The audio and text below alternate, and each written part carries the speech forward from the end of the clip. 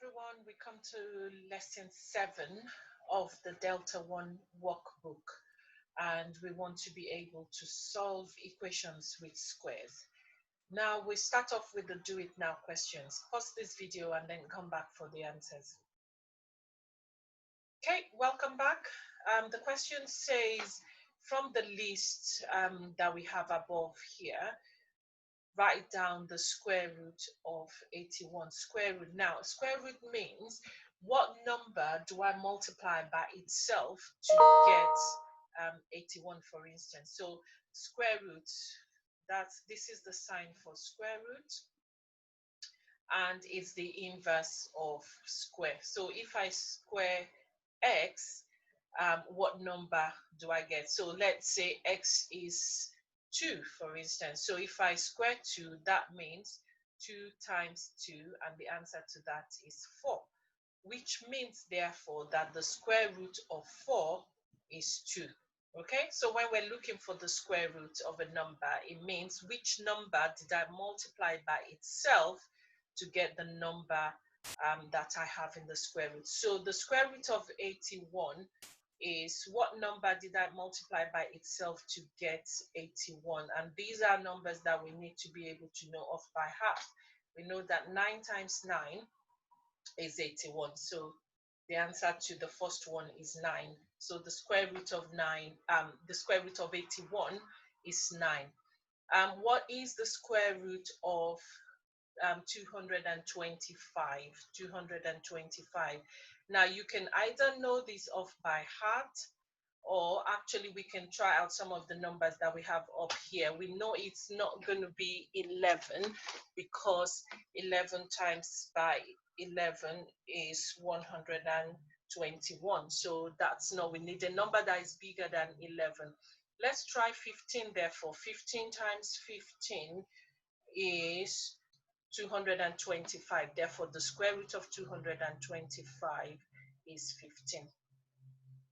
Okay, and the square root of 400 now, so it's not 15 because we've just done 15. We'll try 20. 20 times 20 is 400, so the square root of 400 is 20. The square root of 1 therefore is what? We obviously, it's not going to be 8, it's not 7, it's not 2. 1 times 1 is 1, so the square root of 1 is 1. Okay, now going to the main part of our question of our workbook. Now remember, the objective is to be able to solve equations with square roots. So we're told to solve x squared equals 400. Now from the starter we said that x squared means x times x. So what number did I actually multiply by itself to x squared means multiply x times x, and we said the inverse of square is actually the square root. So what number did I multiply by itself to get the number in the box? Okay, so what number did that multiply by itself to get the number in the box? So if we have that x squared equals 400, then it means x squared equals 400. So I want the number that I multiplied by itself to get 400. All right, and the inverse of square, like I said, is the square root. So what is the square root of 400? That's exactly what we're saying. What is the square root of 400?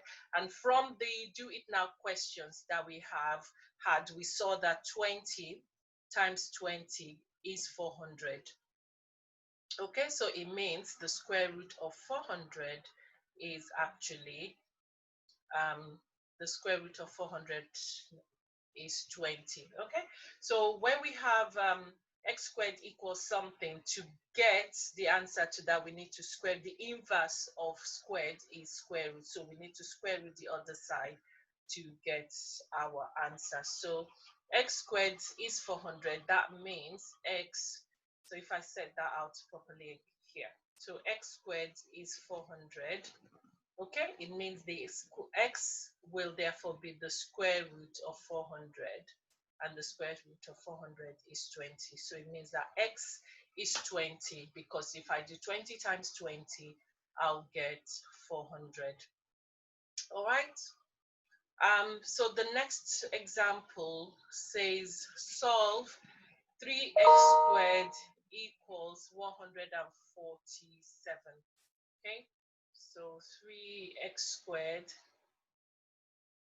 equals 147. Now, the first thing I want to do is to get rid of these 3, and I do that by dividing both sides by 3.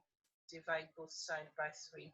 3x squared divided by 3 gives me x squared equals 147 divided by 3. 1 divided by 3 we can't do, therefore I put it with the 4. 14 divided by 3 is 4, and there's a remainder of 2. 27 divided by 3 is 9. Okay, so that gives us x squared equals 49. So x, which is to solve for x, equals, I need to find the square root of 49. And I know that 7 times 7 gives me 49. That means x equals 7. Okay, now when we have square roots, I should have mentioned this earlier actually. When you have a square root, there are 2 solutions to that. You have the positive solution and the negative solution. So for instance, if I do add 7 times plus 7, that gives me 49. But if I also do minus 7 times minus 7, that also gives me positive 49. So the solution is actually x equals plus 7 or x equals minus 7. Both of these answers for x would work for our original equation. Okay, so they are, when we look for the square root of a number, there are always 2 solutions, plus and the minus solution. Okay, so number 6 now, the next example. So we've got 6x squared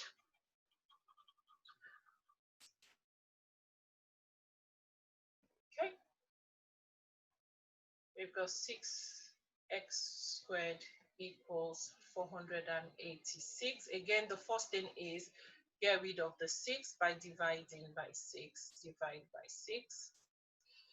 6x squared divided by 6 gives us x squared, which equals 4 divided by 6 we can't do, so we put the 4 with the 8. 48 divided by 6 is 8, and 6 divided by 6 is 1.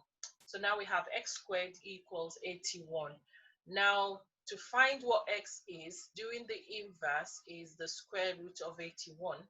The square root of 81, we know that 9 times 9 is 81, so the square root of 81 is actually 9. And remember, it's positive 9, or it can also be negative 9, because minus 9 times minus 9 is also 81. Okay, so our answers are plus 9 and or negative 9. Now pause the video and have a go doing the main questions. All right, remember the answers are at the bottom of the first page of your workbook. Okay, and come back for the solution. Okay, welcome back.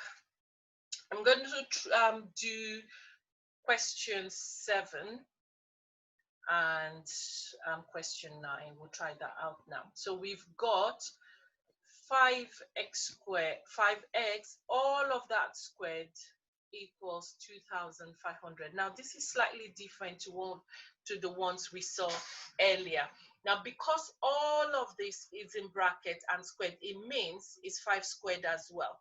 Okay, so basically this is what that means. It means 5 squared multiplied by x squared equals 2,500. Okay, we know that 5 squared is 5 times 5, which is 25, and then x squared. So 25x squared, we're told, is 2500. So divide by 25 now to get rid of 25 on that side, on the left hand side. Divide by 25. 25x squared divided by 25 is x squared equals 2,500 divided by 25. 25 divided by 25 is 1, and then 0 divided by 25 is 0, and the second 0 divided by 25 is 0. So it means x squared equals 100. Now to solve for x, we need to do the inverse, which is find the square root of 100. And we know that 10 times 10 is 100. So x equals 10 or negative 10, because 10 times 10 is 100 and minus 10 times minus 10 is 100 as well. Okay, that's all for now. Take care. Bye.